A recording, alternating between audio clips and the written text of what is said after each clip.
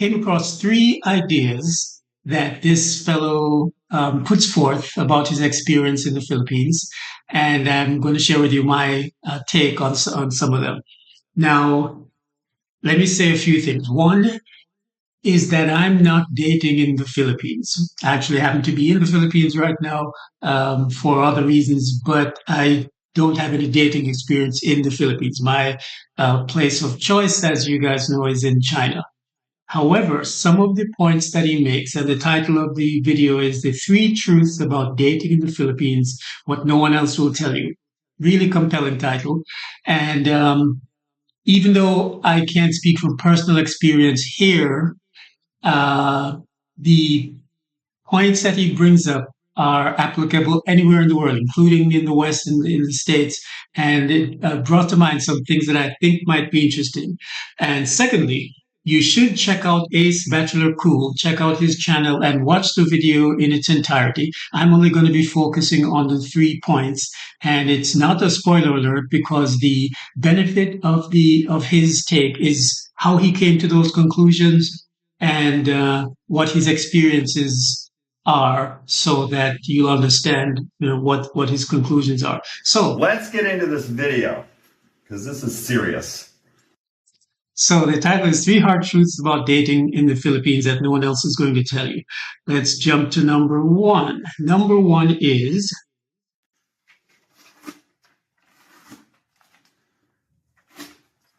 all the girls have boyfriends already. All right. So again, check out his video and he will explain to you how he came to that conclusion. But here's what came to my mind. If the phrase "I have a boyfriend" may not mean what you think it means. All right, let me explain. When I was in high school, even before my first kiss, even before my first girlfriend, and I didn't start dating until I think the tail end of junior year in high school. Even before that, just from at that young age, just from looking around and seeing what was going on in the high school and dating, I came to the conclusion that people are with who they're with until someone better comes along. This was what my high school brain came up with. And this was way before the manosphere. This was way before the concept of hypergamy. This was way before the red pill. But I came to the conclusion, or the concept of women dumping who they're with to move up a level in status. But I realized that people are with who they're with until someone better came along. And so when someone says they have a boyfriend, it may not mean what you think it means. All right. It may simply mean that that's the boyfriend for the moment, and but there's opportunities for her to move on to someone else. So, what I think is important, and what I learned also myself, is that the answer, "I have a boyfriend." If someone says, "Sorry, I have a boyfriend," well, that's direct. That's obvious. That means that they're not interested in you, and they're using the fact that they have a boyfriend to, break it to you gently. "Sorry, I might want to, but sorry, I have a boyfriend." Now, what I learned over the years, however, is that that's not, especially if you're asking a question, as I used to, "Do you have a boyfriend?" If you're asking a question, "Do you have a boyfriend?" you're pretty much compelling the person, if they do have a boyfriend, to be truthful, and they'll say, "Yes, I have a boyfriend." But they could still be interested in you. So I learned over the years that the question is not, "Do you have a boyfriend?" The question is, "Are you available to go out with me?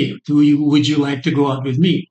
Because if you think about it, if you ask someone if they have a boyfriend, they could be interested in you, but you're forcing her hand and forcing her to be truthful, let's say, and she'll say, "Yes, I have a boyfriend." Now, if she's interested in you, she's not going to say, "Yes, I have a boyfriend, but," because that'll make her look bad. So the question is not, "Do you have a boyfriend?" which in itself is noble.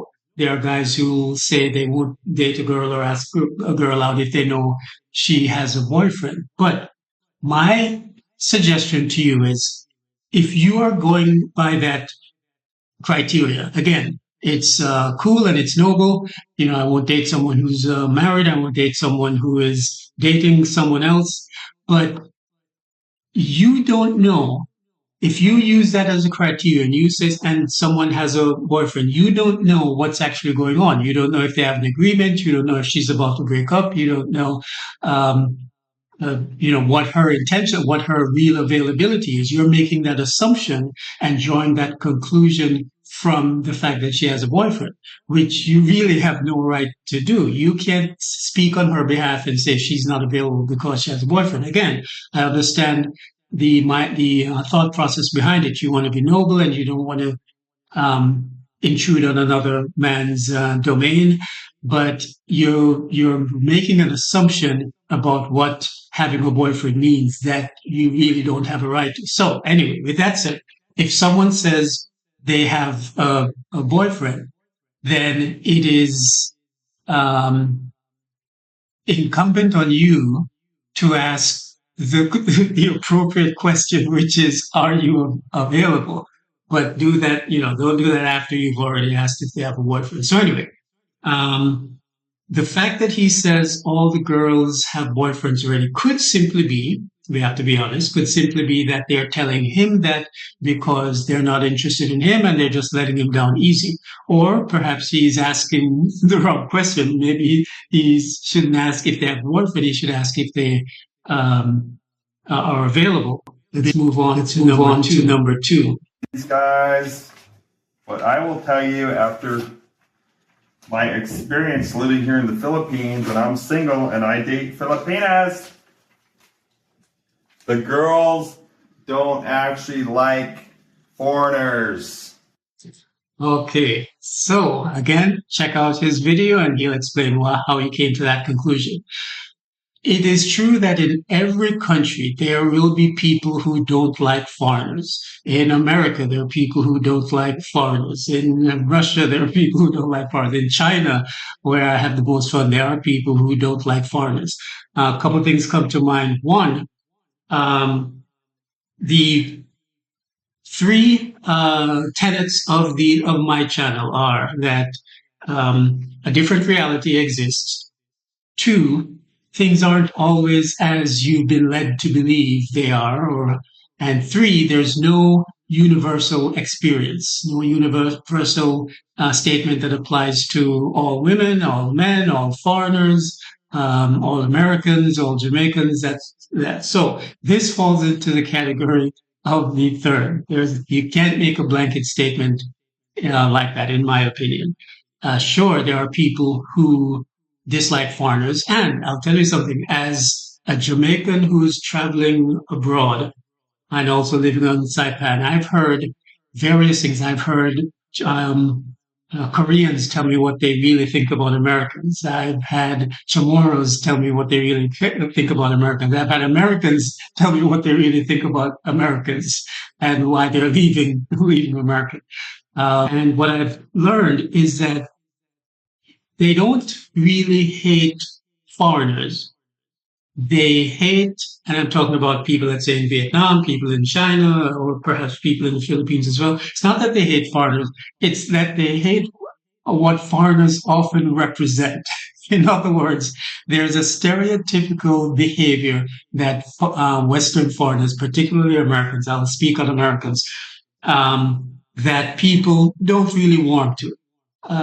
In Asia, the general mode of operation is to be non-confrontational and to be somewhat quiet, whereas the stereotype for the American is, as you know, the loud, ugly Americans, and they always, the highest volume in any setting, the person who's always performing, the person who's confrontational, the person, the Karens, that sort of thing. So what people may not warm to is how different Americans act from their own native people. I had a young lady. I went out with three young ladies once in Beijing, Chinese young ladies. They were learning Spanish, and I've talked about this before. And I speak Spanish, so they don't speak English, and didn't speak Putonghua fluently. So we were actually four people hanging out, three Chinese girls and myself, Jamaican guy, and we're speaking Spanish and communicating in Spanish in Beijing. So one young lady who I ended up going out on one or two dates with said to me that, I have a lot of Chinese ways about me. So she was stating, particularly that I'm not loud, I'm not obnoxious, I'm not always talking, I'm listening to people. So she liked that about me, and she is perfectly willing to date Jamaican foreigners. So my point is that may not be that girls don't actually like foreigners.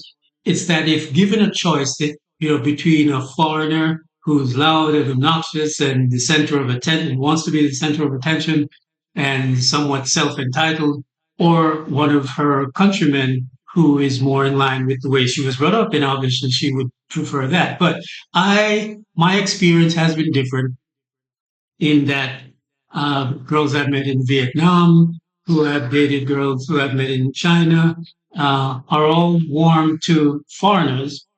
In fact, it was a big thing in China to have a foreign friend and date a foreign guy when I was there. So I don't think it's that they don't like foreigners. I think it's that they don't like the stereotype that unfortunately too many foreigners fall into. Right. So number three is. But number three,